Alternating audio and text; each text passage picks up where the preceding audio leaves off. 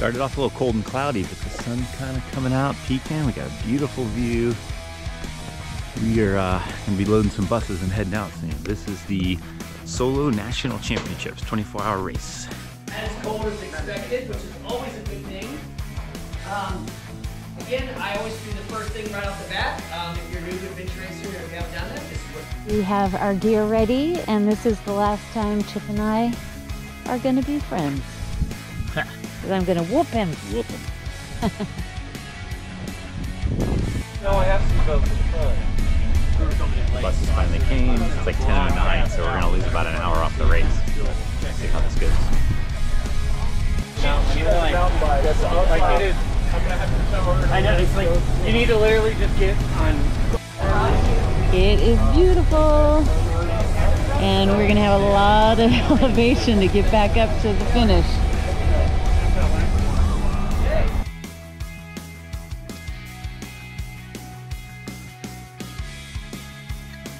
They just handed out our cell phone bags and our punch cards.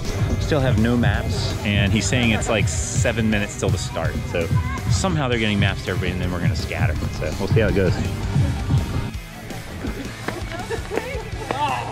it was over the summer, they have not maintained the trails. To you, Hawk. Alright, you gotta run up to get them, and that'll be your... Yep. Good luck. Let's do it. 11-9.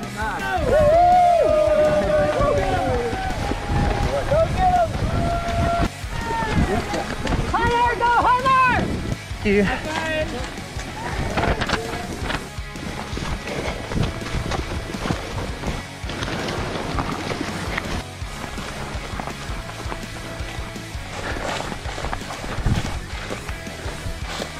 Good job. CP4. There you go. I'm on my third checkpoint. I've gotten myself pretty confused. And I am not entirely sure how to get myself out of this. Thought I knew exactly where I was, and then the compass wasn't lining up. There's a big re-entrant over here. Let's see if it's going the right direction. Well done, guys. In my backpack. Oh. Yeah. Here with Mark and Hunter. And this is the CP5. These are some steep, slippery mountains. Yeah. I made a much bigger error than I even thought I did.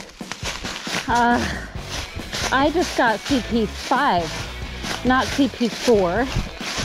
And I still have 3 and 4 to go. And they're the furthest ones out. Talk about a bad start. Gonna take Brent Russell's advice if he's watching.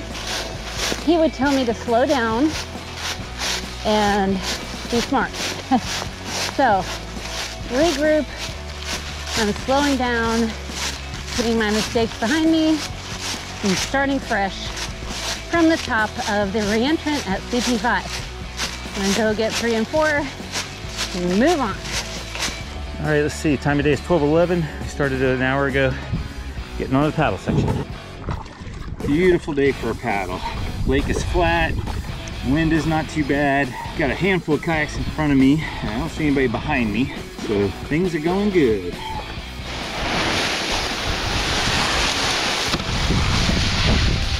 A little steep. Wind has really picked up. Like, I'm heading kind of west-northwest, and yeah, I have got to just brute force my way through this. Luckily, the waves aren't too big yet. And I feel bad for those folks in those little Pelican boats, those 10-footers. They might have water coming over the bow. I'm done with blade 1. Pretty embarrassing work out there. And I'm just not feeling energetic. But that's okay, we'll keep going. I guess I'm not the last, but pretty close. It is 1:23. I'm on the water, finally. My transition was not exactly fast, but I think I know what I'm doing. And I'm trying to get used to this boat, which is not mine. It's a borrowed boat, and it's long and skinny and, you know, slightly tippier than what I'm used to, but it's gonna be good. These leaves are making me rethink my life choices. I have slid more on my butt. Oh yeah, it's crunchy. Well, I was post holing it on that last section. Yeah. I mean, like literally just going down these big holes I couldn't see. Yeah, really. Checkpoint 7 is 6, 8, and then coming back to 7 up on top of this hill. I haven't even looked at the next paddle leg, but slow going, super windy, super choppy, and really making for some slow going. So we're gonna have to evaluate whether to try to clear the paddle or not. Figure it out. Now I gotta see if I can get in this boat without getting flipped out. Whew. Killing it. He's catching me. You've got a tailwind now. Yeah, exactly. About time. All right, this is where Chip starts doing dumb stuff. All the other teams are going that way because that's the waterway over to CP9. My hope is to take this waterway to CP10, and then I'm gonna park. I'm gonna run over and get CP9 and back. It looks like it's a K and a half, and that'll save me 4 or 5K of paddling. So I am behind Mark Bolliard and David and Hunter. And so it'll be interesting to see, is my little trick faster or slower? Oh, the wind has picked up a little bit coming around this corner. Oh, a little bit hard to make progress. Whew. I'm committed. Came in and snuck the boat in around this little cove. And so now I'm officially hiking. Let's see, it's 2:34. Hoping I can get over there and back in 20 minutes. Something like that. I don't know, I might refresh that once I get up on the road and I can think. But this might be a gangster move, might not be, we'll see. Hit a jackpot. From this intersection, I thought I was gonna be all bushwhacking. There's a road going down the exact spur that I wanted, so I'm gonna be able to run it down instead of bushwhacking. And even coming up, it's gonna be a lot easier because there won't be any leaves and stuff. I think this is gonna turn out to be a major gangster move. So my road's petered out, but woods are pretty clear. So I think it's still gonna work out fine. I think that boat right there is Jim Farmer. Whoa, almost slipped. I think that's Jim Farmer right there. He was a little bit behind me by about 10 minutes when we did the other thing. When we saw him, I saw him at the last CP. Now the goal is to follow the beach around. Next up, I should see Lisa Randall. She was just behind Jim Farmer. And so as I come away from the CP, I bet I'm gonna see her paddling up. Well, other footprints, so not sure if people park their boats to run down or if they came the way I did. I didn't see too many leaves scuffed up, but we shall see. So it's took me 18 minutes and 24 seconds to get here. Lisa, so she may have been doing the same trick I'm doing.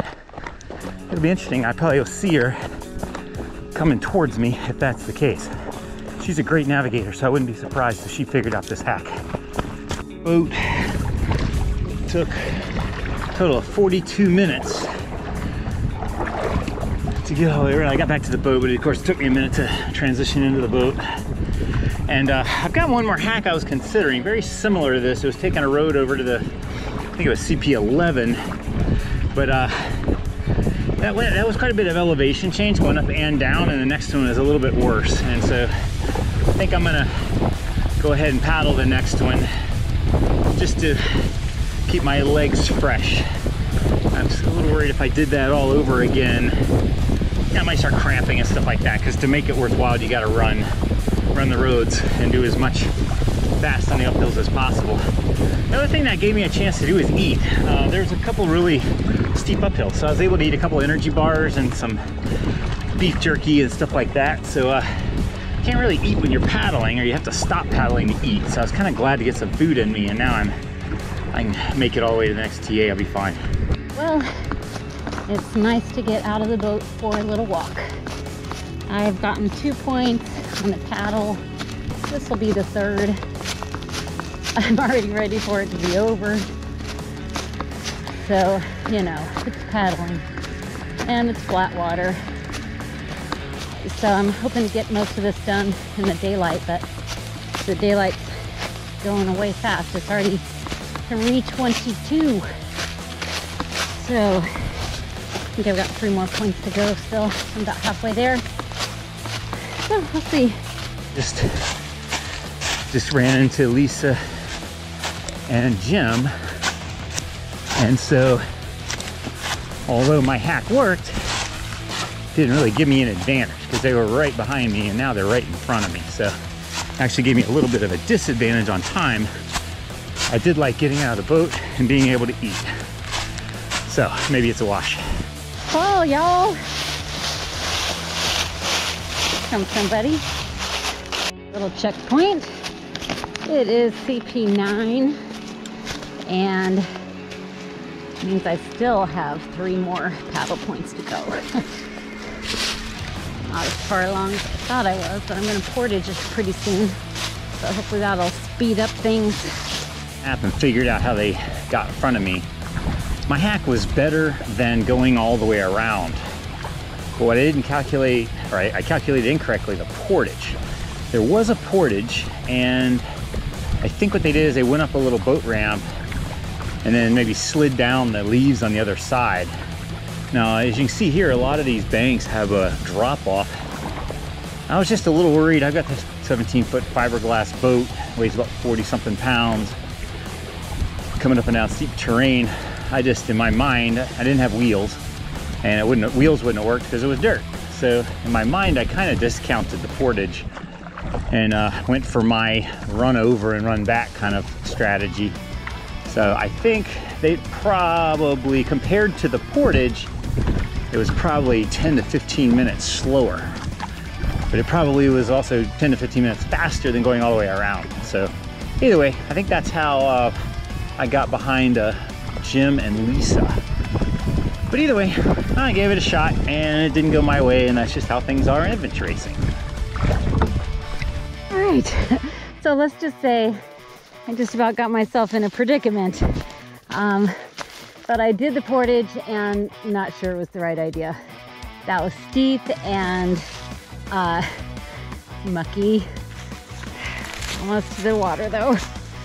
So I'm still getting set after that portage because I think I'm gonna be out here past dark, and I might as well just accept that and get the glow sticks on here. So I bet I didn't do that already, but that's okay.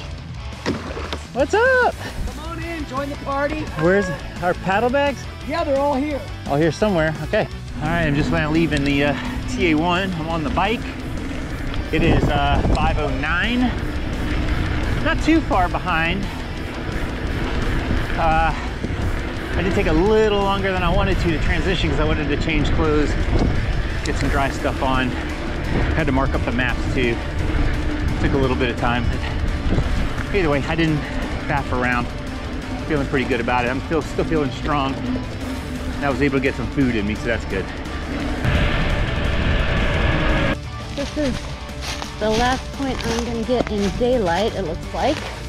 And there's only one more point on this paddle, and it's really close to the TA.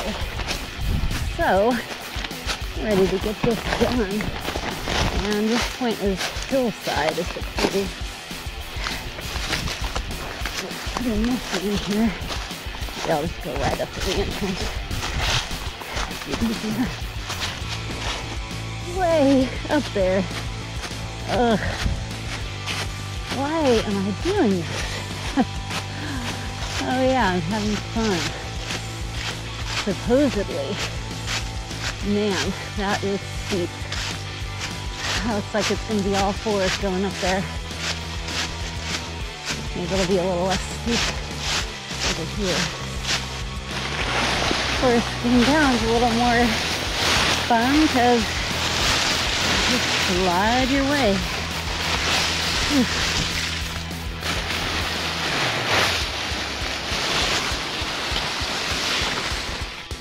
I dropped the map.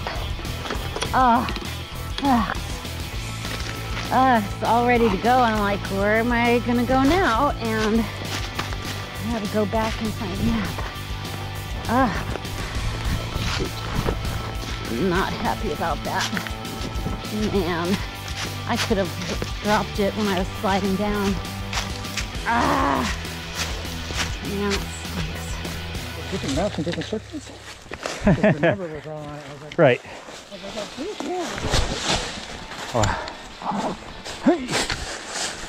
Yeah, I think after another 12 hours of slipping and sliding in these leaves, wears you out. Oh yeah.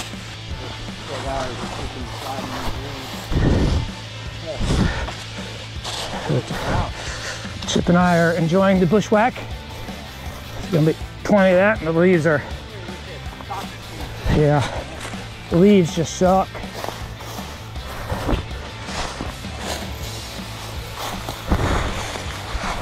Yes. So thankful to find this.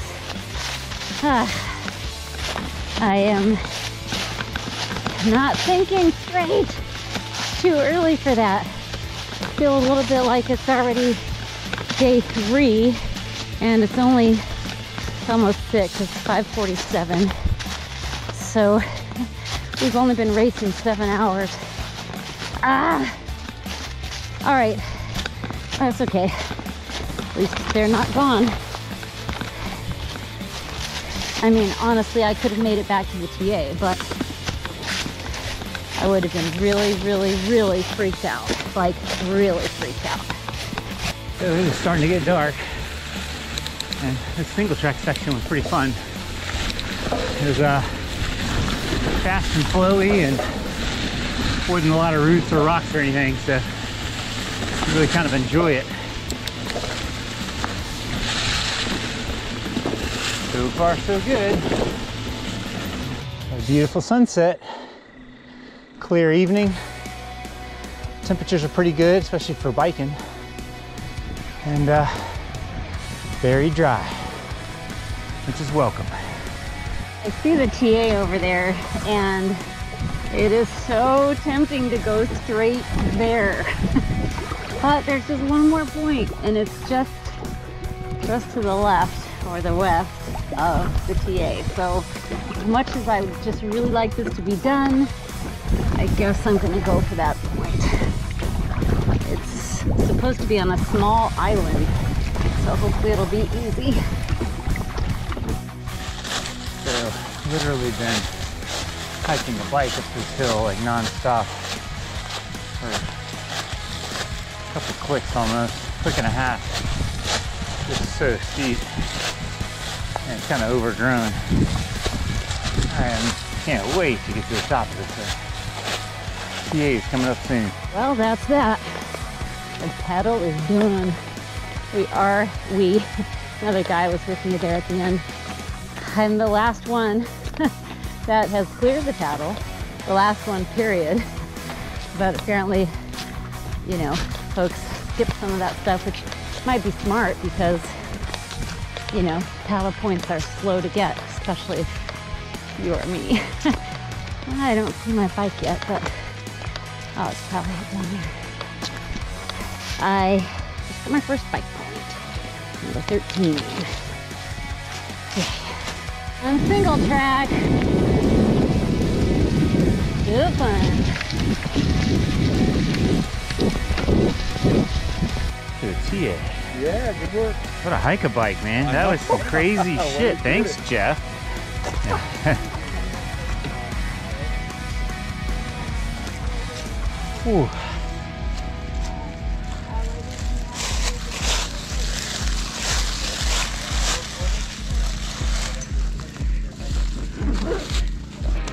Shit was no joke.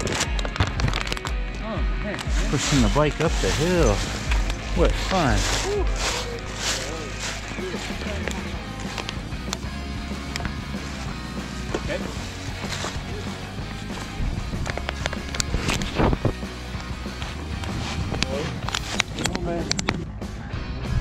Okay, it's 9:35. I just left the next TA, this TA2, heading out on foot. They said it should take about 5 hours, and looks pretty straightforward.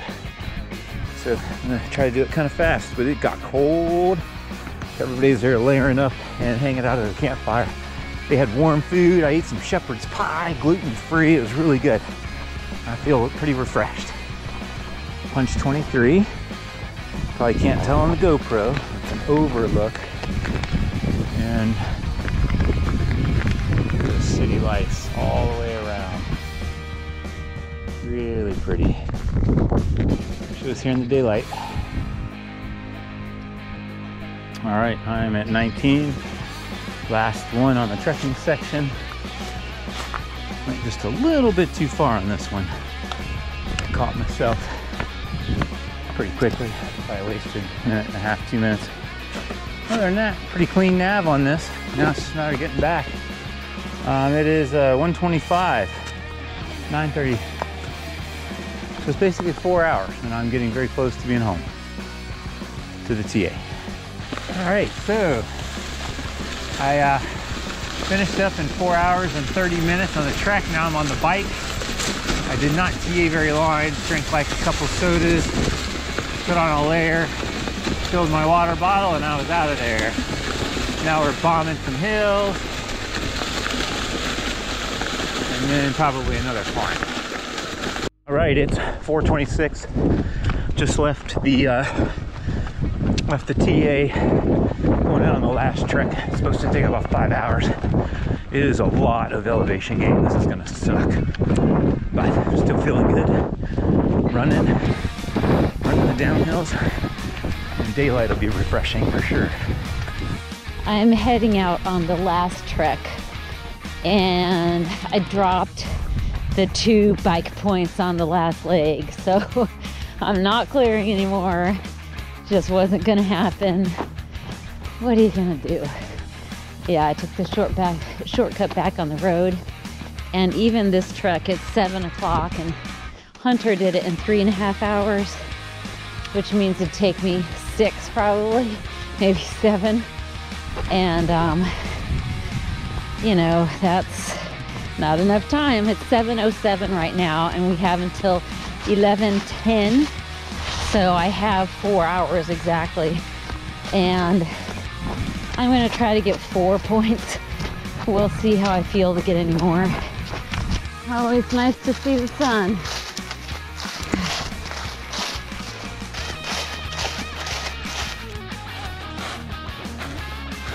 All right, so the sun's up. Got 3 checkpoints left until we're finished. It is 7:31, and I went all the way down to the bottom, starting my trek back up to the top. So it's gonna be a long, hard slog. Just when you want it to be easy, I must not be in the right reentrant, and parallel error doesn't make sense, but that's all I got. I don't have time to be making mistakes. There it is. I was in the other reentrant. I was too high. I just dismissed my altimeter, and I was in the wrong reentrant, and I know better.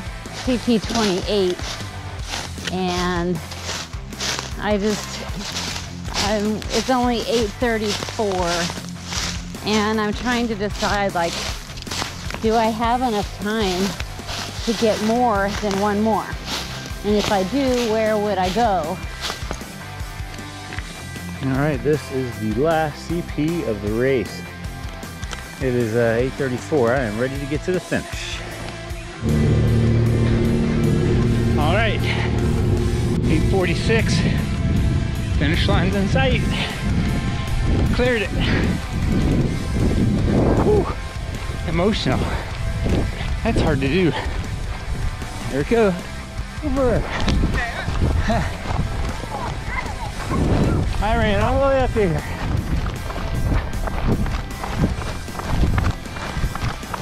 Woo-hoo. All right, there you have it, folks.